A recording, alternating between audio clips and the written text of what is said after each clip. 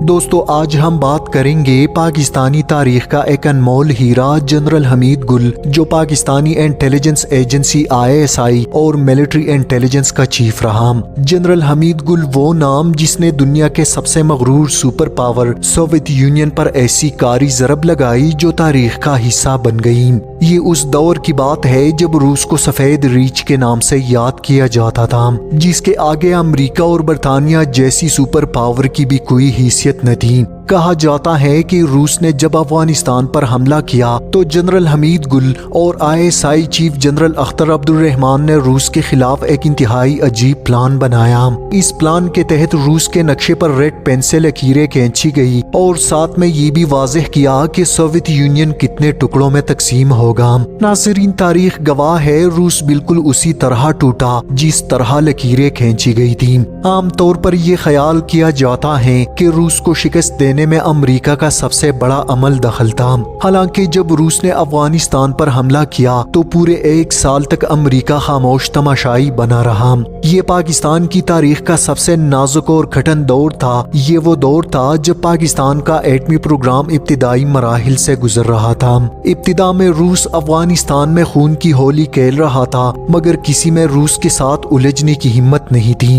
پاکستان کے خفیہ ادارے اس بات کو اچھی طرح سمجھ چکے تھے کہ روس کا اگلا ہدف پاکستان ہے اور ان کے ناپاک قدم گرم پانیوں تک ضرور پہنچیں گے۔ اس وقت کے صدر جنرل ضیاء الحق نے جنرل اختر عبدالرحمان اور جنرل حمید گل کو تاریخ کا ایک خطرناک مشن سونپا۔ پاکستان کے پاس وقت بہت کم تھا، جبکہ دوسری طرف روس اپنے طاقت کے جلوے دکھاتا رہا۔ پاکستان کے لیے سب سے بڑا چیلنج روس کو روکنے کے ساتھ ساتھ ایٹمی پروگرام کی حفاظت بھی تھا۔ ناظرین، اس مقصد کے لیے جنرل حمید گل اور کرنل امام نے افغان مجاہدین کو ٹرین کرنے کے لیے خطرناک مشن کا آغاز کیا، جہاں افغان مجاہدین کو گوریلا وار کی ابتدائی ٹریننگ دی گئی اور ہنگامی بنیادوں پر تقریباً 1000 مجاہدین کو تربیت دی گئی، اور یہی سے روس کی تباہی کا آغاز بھی شروع ہوا۔ افغانستان کے صوبے کنڑ اور نورستان میں مجاہدین کو ٹریننگ دینے کے لیے جگہ جگہ کیمپس لگائے گئے۔ جنرل حمید گل اور کرنل امام دن رات مجاہدین کو ٹریننگ دینے میں مصروف رہے، جس کے بعد سوویت یونین کے خلاف افغانستان کی سرزمین پر دو طرفہ خوفناک لڑائی کا آغاز ہوا۔ ناظرین، مجاہدین روسی قافلوں پر زبردست حملہ کر کے نکل جاتے اور وقت کے ساتھ روس کے لیے افغانستان ایک ایسا دلدل ثابت ہوا جس سے نکلنا اب شاید ممکن نہیں تھا۔ تقریباً 1 سال افغان مجاہدین پاکستان کی مدد سے روس کی جارحیت کا مقابلہ کرتے رہے۔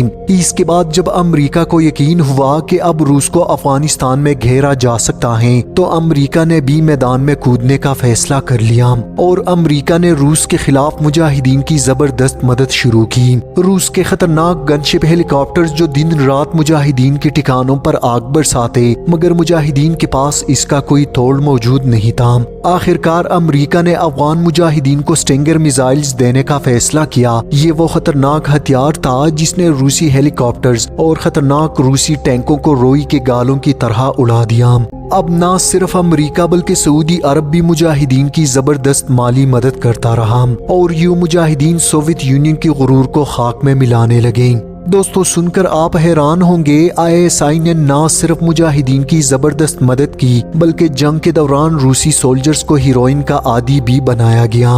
اس مقصد کے لیے ISI نے اپنے مختلف ایجنٹس افغانستان میں پھیلائے تاکہ کسی طرح روسی افواج کو ہیروئن کا عادی بنایا جا سکے، مگر اس بات کا سختی سے خیال رکھا گیا کہ ہیروئن صرف روسی فوجوں تک ہی پہنچ سکے اور جنگ لڑنے کے دوران ان کی چستی اور دلچسپی کو ختم کیا جا سکے۔